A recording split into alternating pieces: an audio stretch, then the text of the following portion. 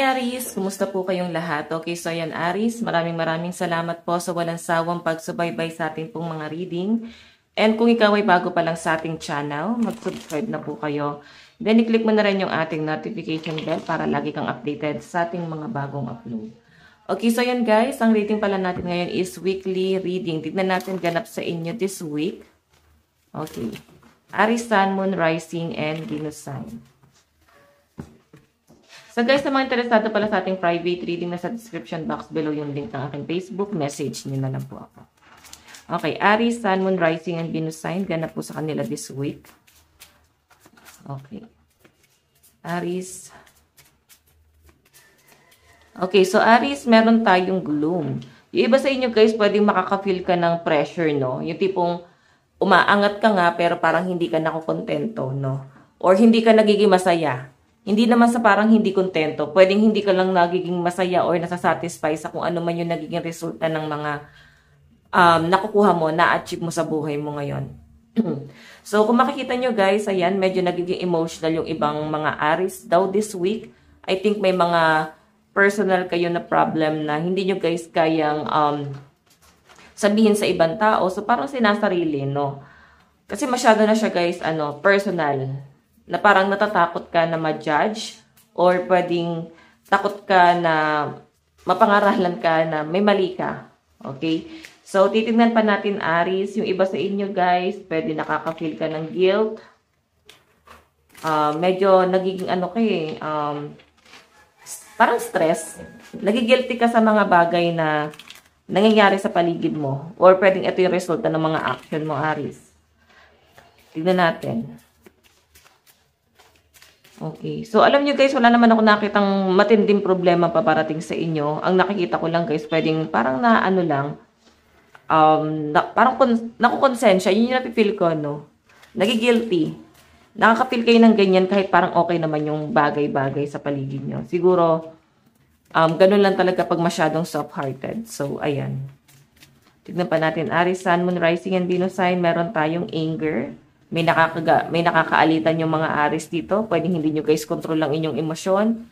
Kaya this week, possible na may iyak ka na lang sa galit, sa sama ng loob. Kasi masyado ka nang naaagrabyado. Masyado ka nang napapasama.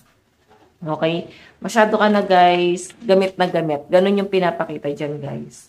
Okay? So, this week guys, possible na parang matututo kang lumaban. Matututo kang maging matatag.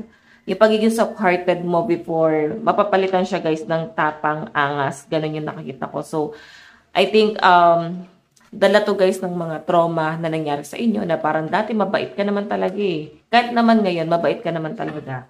Pero dahil nga sa mga pang-aabuso, pang-aapi, ito yung nangyayari sa inyo guys, natututo kang lumaban. Kasi possible na ma-feel mo na wala namang ibang magtatanggol sa inyo kundi ikaw.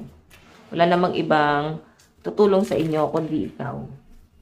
Okay? So, kung sino rin naman guys yung makakaalitan nyo this week, I think possible na na-overwhelm ka na. No? Yung tipong nasagad ka na, hindi mo naman din gusto na magalit. So, siguro, Aries, idadaan mo siya sa maayos na usapan. Okay?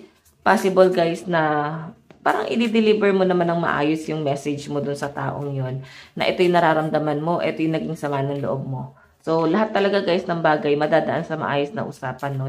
Kahit na galit ka, mas maganda na kalmado pa rin. Huwag guys, dadaanin sa galit kasi mas lalong titindi yung tension, okay? Tignan pa natin, Aries, Sun, Moon, Rising, and Venus sign. Meron po tayong fed up. May mga napagod na, no? Okay, may mga napapagod na dito. Pagod na sa trabaho, pagod na umintindi sa mga client, sa mga customer. Yung iba naman sa inyo guys, pagod na kayo sa business nyo. Ayan, makakapil kayo guys ng pagod. Siguro, parang na-overwhelm ka sa pagiging workaholic mo. Yung iba sa inyo, baka nagkaroon ng promotion. Ayan. Karoon ng promotion. And, sa malinaw na pinapakita rin sa akin dito guys, I think dala talaga ng pagiging overwhelm mo kung bakit guys, eto, nagiging emotional ka this week. So, yung iba sa inyo guys, pwedeng panic anxiety. Baka may anxiety ka, so hindi mo makontrol yung emosyon mo, bigla ka na lang naiiyak ng hindi mo alam kung bakit. Okay? Tignan pa natin, Aries, Sun, Moon, Rising, and Venus sign. Meron po tayong creativity. So, yung iba sa inyo guys, gagana talaga yung analytic mo yung pagiging, creative, no? I think, magkakaroon ka ng mga, ng mga solusyon sa mga problemang hindi mo masolusyonan before.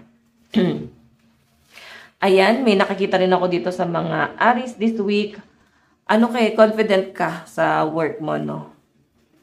Kaya mo ng yung sarili mo nang hindi tinutulungan ng ibang tao. So, parang natuto ka na dito, Aries, na maging matatag. Yan po yung pinapakita sa akin dito. Okay? So, nakikita ko guys, this week guys, expect mo na ang daming tambak na trabaho daw po this week. So, okay lang yan. Blessing pa rin yan. Yun nga lang, nandun yung pagod mo. Ayun fed up. Nandun yung pagod mo, at the same time, may pera naman. So, blessing pa rin guys, no? Possible na this week, maganda yung mga paparating sa inyo, especially sa inyong financial. Okay, tignan natin Aries, Sun, Moon, Rising, and Venus sign pagdating sa inyong finances. Aries, Sun, Moon, Rising, and Venus sign pagdating sa inyong finances. Aries. Meron po tayong King of Cups. Ayan, yung iba sa inyo guys, masyado kang private. Para mas gusto mo yung mapag-isa, na-enjoy mo yung yung kapayapaan mo this week, no? Na-enjoy mo yung pagiging loner mo this week. Hindi ka naman masyadong nai-stress or nalulungkot ng nag-iisa. Parang sanay naman din yung iba sa inyo. Parang mas nakakapag-isip ka ng nag-iisa. So, I think mapipil mo siya this week na parang mas gusto kong mag-isa. Parang ganun. Okay, tignan pa natin. So, sa love life mo, 5 of Wands, ang dami nang nagbibigay sa inyo ng advice. May mga Aries dito na parang medyo matigas ang ulo, hindi ka masyadong nakikinig. Tignan mo, yung iba sa inyo may pinagdadaanan, may mga broken hearted dito, guys. Ang daming nagbibigay sa inyo ng advice, masyado ng stress yung mga Aries na nakikita ko dito. Nakikita ko rin sa inyo, guys, na masyado ka nang na-overwhelm pagdating sa love life mo. Napapagod ka na, no?